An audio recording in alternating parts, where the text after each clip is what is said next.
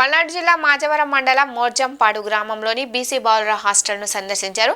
National human rights council division chairman Tanduri Souribabu, divisional general secretary N Venkateswarlu, Palnadu జిల్లా additional secretary M కొండలు. ఈ సందర్భంగా divisional chairman Souribabu మీడియాతో మాట్లాడుతూ హాస్టల్లో విద్యార్థులు చదువుకోవాలంటే తీవ్ర ఇబ్బందులకు ఎదురవుతున్నాయని, ఇందులో భాగంగా హాస్టల్ వార్డెన్ సంరక్షణ లేక అనాథ శరణాలయం కంటే దారుణంగా ఉందని, హాస్టల్లో సరైన వస్తువులు, లైట్లు, బాత్రూంలు, మంచినీరు, తలుపులు, కిటికీలు, ఫ్యాన్లు లేక దోమలు కుట్టి విషజ్వరాలు వస్తే ఎవరిది బాధ్యత అని అన్నారు.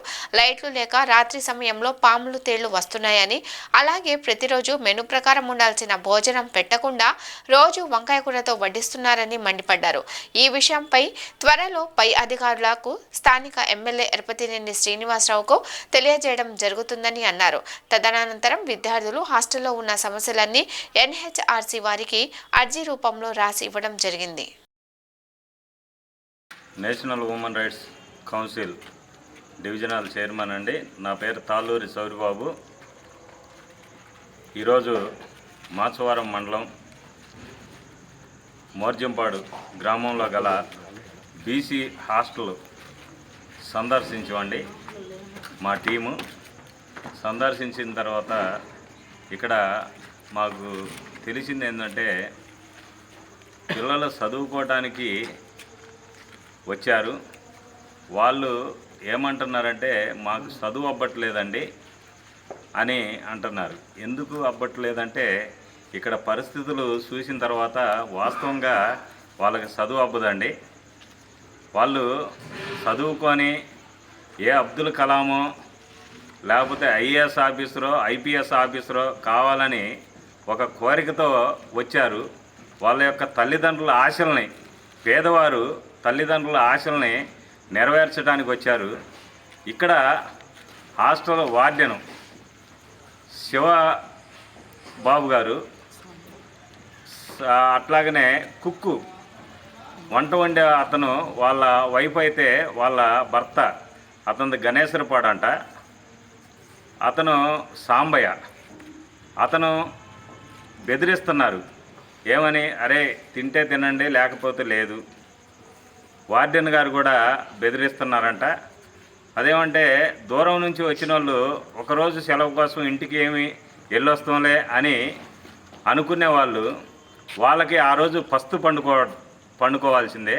ఇది గవర్నమెంట్ హాస్టల్ అయ్యుండి కూడా ఈరోజు నారా చంద్రబాబు గారు, ముఖ్యమంత్రి గారు అన్ని సౌకర్యాలు, పిల్లల భవిష్యత్తు బాగుండాలి, విద్యా వైద్యం బాగుండాలి, అట్లాగనే కొణిదెల పవన్ కుమార్ గారు, లోకేష్ గారు వీటన్నిటి కోసం కృషి చేస్తుంటే, ఇక్కడ హాస్టల్ వార్డెన్లు కానీ, ఇక్కడ కుక్ కానీ వీళ్ళందరూ కూడా పిల్లల భవిష్యత్తుని కాలు రాస్తున్నారండి. కాలు రాసి వాళ్ళని చదువుకోనియకుండా, చదువు అవ్వకుండా చేసే పరిస్థితి చేస్తున్నారు. ఈ బిల్డింగ్ కూడా మహాదారుణంగా ఉంది.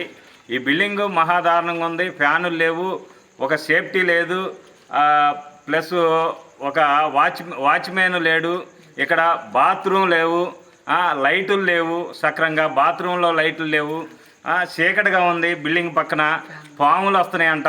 ఆ పాములు వచ్చి కరిస్తే వాచ్మెన్ తీసుకుపోవటానికి కూడా లేవండి.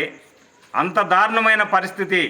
అంత దీనంగా భయం గుప్పెట్లో పెట్టుకొని బతుకుతున్నారు ఇక్కడ యొక్క పిల్లలు, 10th క్లాస్ పిల్లలు. అదిగాక ఆ 10th క్లాస్ పిల్లలు ఈ టెన్షన్తో ఉండి ఎగ్జామ్ రాయలేక మెంటల్గా ఇబ్బంది పడుతున్నారు.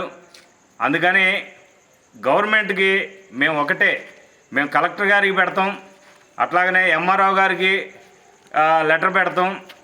వీళ్ళకి న్యాయం జరిగేలాగా మేము కృషి చేస్తాం. విషయం ఏంటంటే, ఇక్కడ వార్డెన్ గారు, అరే మీరు ఉంటే ఉండండి, లేకపోతే ఏది పరశుపదజాలంతో తిట్టడం జరుగుతుంది పిల్లల్ని. వాళ్ళు మాకు లెటర్ కూడా ఇచ్చారండి, మా వార్డెన్ గారు ఇట్లా చేస్తున్నారు, మా వంట మనుషులు ఇట్లా చేస్తున్నారు అని చెప్పి లెటర్ కూడా ఇచ్చారు వాళ్ళు స్వయంగానే. అందుకని ప్రతి ఒక్కరు, ఎందుకంటే మన పిల్లల భవిష్యత్తుని వాళ్ళ చేతుల్లో పెట్టాం.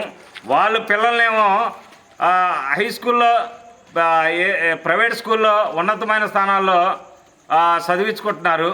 మేము ఒకటే అడుగుతున్నామండి, మా పిల్లలకి చదువుని అబ్బే విధంగా మీరు ప్రోత్సహించండి.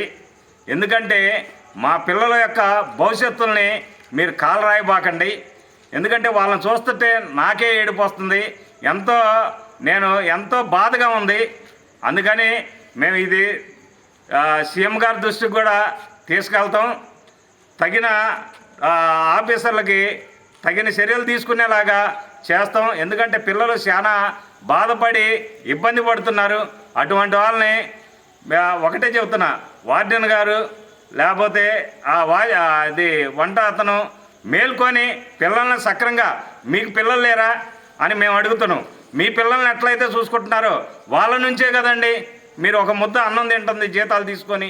వాళ్ళని మీరు సక్రంగా చూసుకోవడానికి మీకేమి ఇబ్బంది అని నేను ఈరోజు వాళ్ళని అడుగుతున్నాను.